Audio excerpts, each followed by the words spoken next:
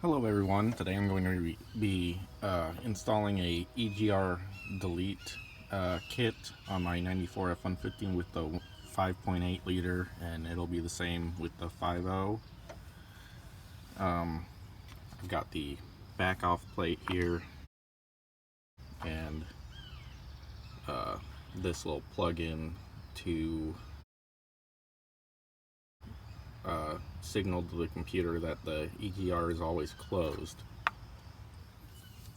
I have already removed the tube that goes up to the EGR. I just used a crescent wrench. I didn't have the right sized regular wrench to get it off. I had it break on me anyway, so I have already taken this off. So you can take this off if the tube breaks and just get it on a vise and do it that way as well, because it's easier to access when it's not on here. But so I'm gonna go ahead and disconnect this, and then I'll take this thing and plug this in. So there's that. And now we need to disconnect the EGR, two bolts on a bolt on each side.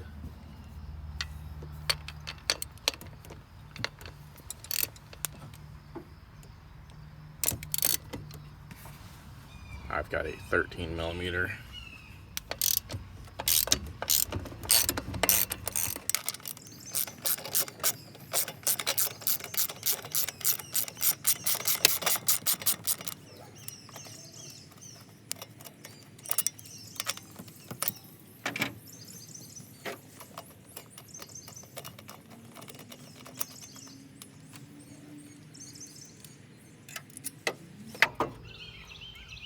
So there are a lot of different block-off plates on eBay. I don't think all of them come with a gasket, so if you don't, you can just reuse the one, as long as it's still good, that came off with your EGR. But I've got this one here that came with the block-off plate, and you're just going to reuse these bolts that were holding your EGR on.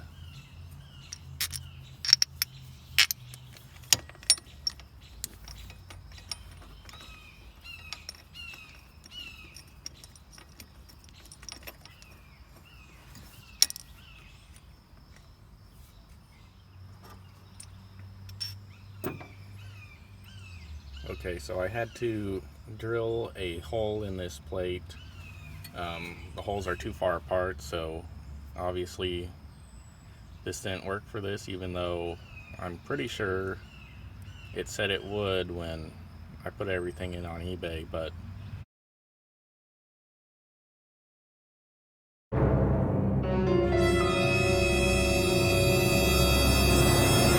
oh well, this is fine. So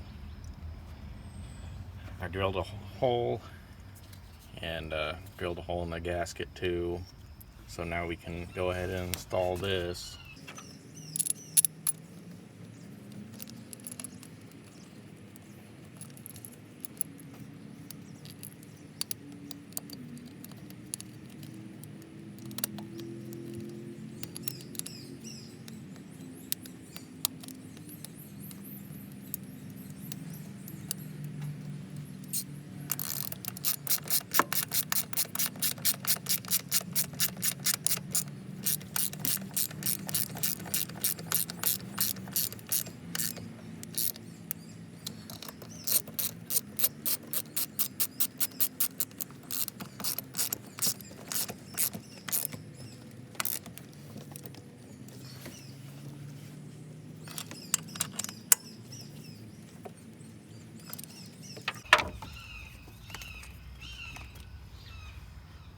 Alright, so that's how you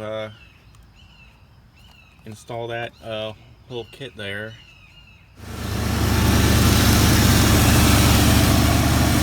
There is one more thing that I almost forgot. You gotta block off the tube that comes out of the exhaust.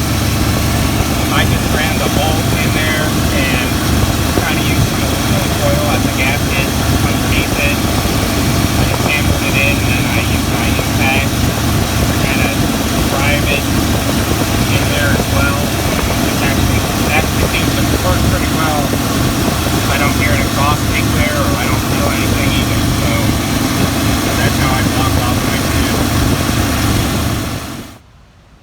also need to plug off the vacuum line that goes into the what used to be the EGR. Mine broke off anyway, so it's further down here, but mine was green and it came up here, so you can just plug it off with something. I am a little curious as to why the RPMs are a little higher than normal just idling. When I first start it, it will idle around 700, but whenever I give it any gas, it goes up and then it just comes back and hovers above 1,000 RPM. But I've also changed the TPS and a couple other things, so I was just curious if anyone else has done this,